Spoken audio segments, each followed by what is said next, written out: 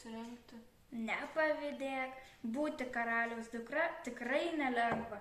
Karališkose šeimose tiek daug intrigos, tuštybės ir visokio purvo.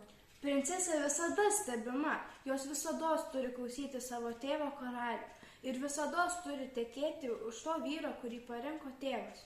O iš kur jūs tiek daug visko žinot apie princesės? Skaitėme knygą! Joanos Maks romaną Karaliai myli kitaip 2023 metais išleido leidykla Svajonių knygos.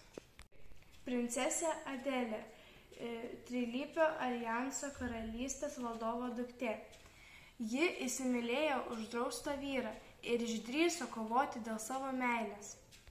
Princesė Lyja, Lyros karalystės valdovo duktė, atstuma visus jaunikius, kurių turtai padėtų laimėti karus. Ji tiki pranašystę, kad yra savo karalystės gelbėtoja ir jai padės žaibo žmogus. Princesių Adelės ir Lyjos istorijos intriguoja ir banguoja. Knyga traukia vis gilyn ir gilyn, o galvoje sukasi mintis, kas staiga tokio netikėto atsitiks.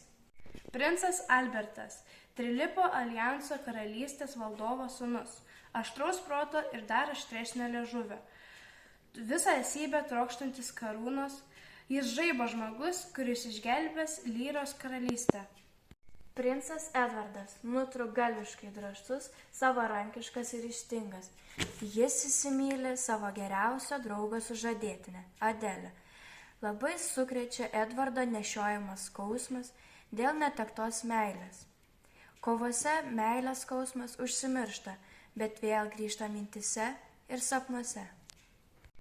Kaip norėčiau sutikti tokių vaikinų, kurie būtų drąsūs, ištvermingi, rūpestingi, ištikimi.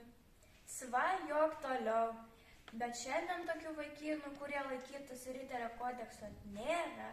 Jei nori stiprių jausmų, nuotykių, skaityk šį įtaigų ir jautrų romaną. Meilės paieškos, intrigos ir romantika persipina su kova už išlikimą. Pareiga savo kraštui, jo žmonėms iškeliama aukščiau už asmeninę laimę. Rašytoja Joana Maks dievina kavos kvapą, bet geria tik arbatą.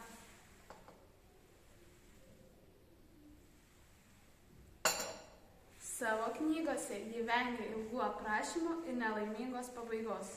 Rašytoja Joana Maks.